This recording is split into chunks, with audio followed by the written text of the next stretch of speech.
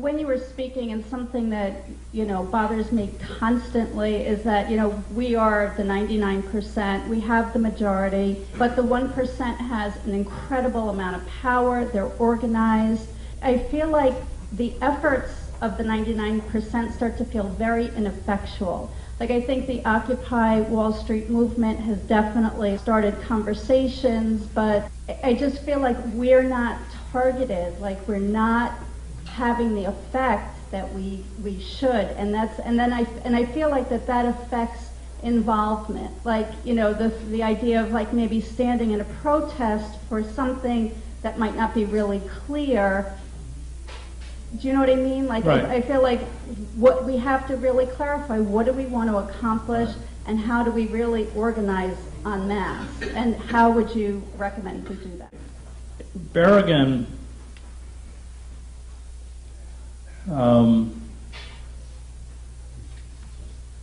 he once told me,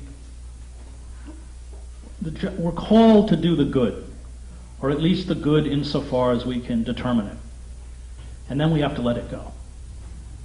That the Buddhists call it karma, but faith is, without the empirical evidence, faith is the belief that it goes somewhere. That's what faith is. Although there's nothing around us that perhaps can even justify that belief. I covered all of the revolutions in Eastern Europe, including the Velvet Revolution in Czechoslovakia. I was every night in the Magic Lantern Theater with Václav Havel. When I got to, I had covered the revolution in East Germany before I got to Prague. And when I got to Prague in December of 1989, the streets of the city were covered with poster-sized pictures of a young Czech student named Jan Panic, who, when shortly after the Soviet invasion of Czechoslovakia in 1968, had gone down to Wenceslas Square, lit himself on fire, and 4 days later died of his burns. Of course, the communist regime didn't even cover the event. It wasn't in the news. He was a non-person. When students from Charles University walked, thousands of them, in his funeral, the police broke it up. When his grave became a shrine, they actually dug up his remains, cremated his body, gave the ashes to his mother, and said she was not allowed to bury them. His picture was everywhere. And 2 weeks after the communist government was overthrown, 10,000 people gathered in Red Army Square and renamed it Jan Panic Square. I was in Wenceslas Square one night when a great singer, Marta Kubashaya, walked out on the balcony in front of the crowds. Marta Kubashaya had sung the Anthem of Defiance in 1968. When Dubček was overthrown and the hardline Stalinists were put back in power, her entire recording stock was destroyed.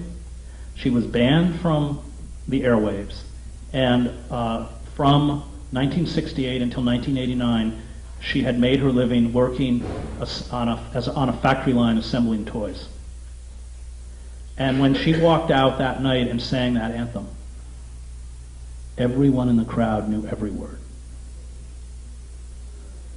The power of resistance, of what Václav Havel calls living in truth, resonates and affects far more than we can see.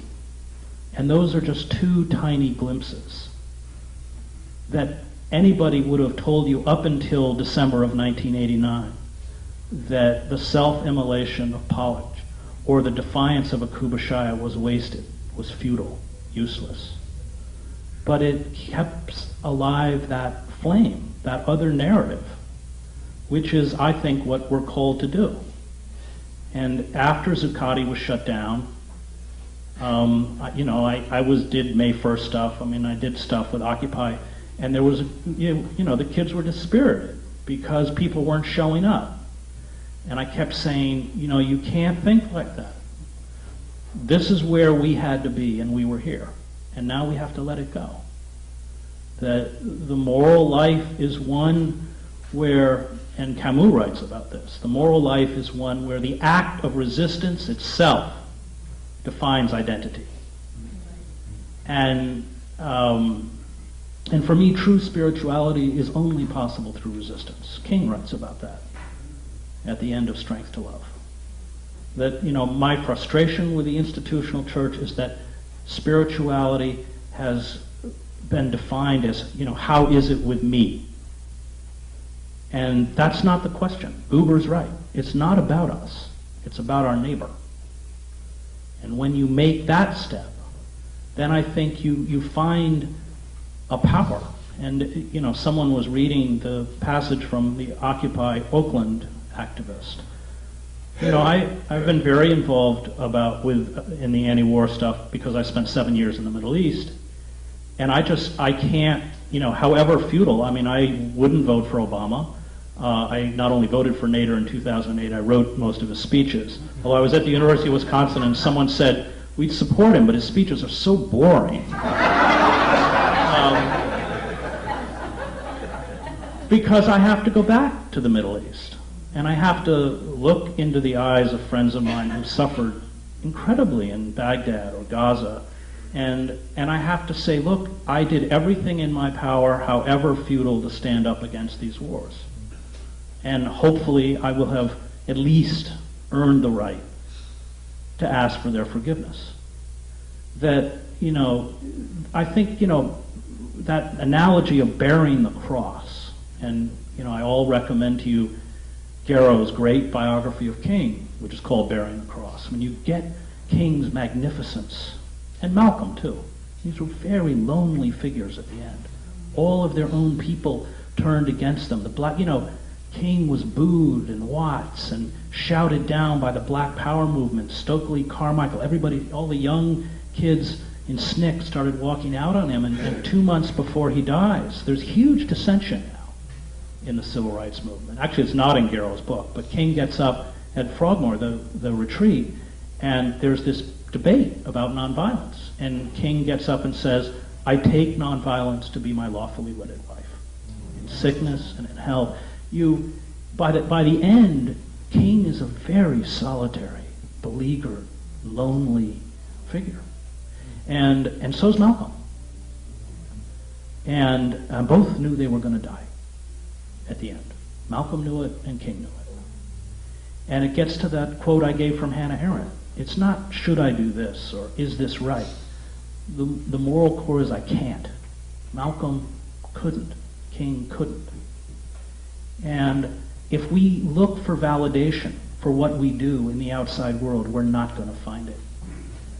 It was that hymn, the first hymn we sang in the church.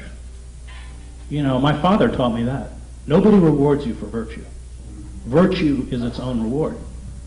And yet, I can never talk about my dad, but yet, my dad died in 95. And it's my voice you hear, but they're his words. And we call that resurrection. And that's the power of faith.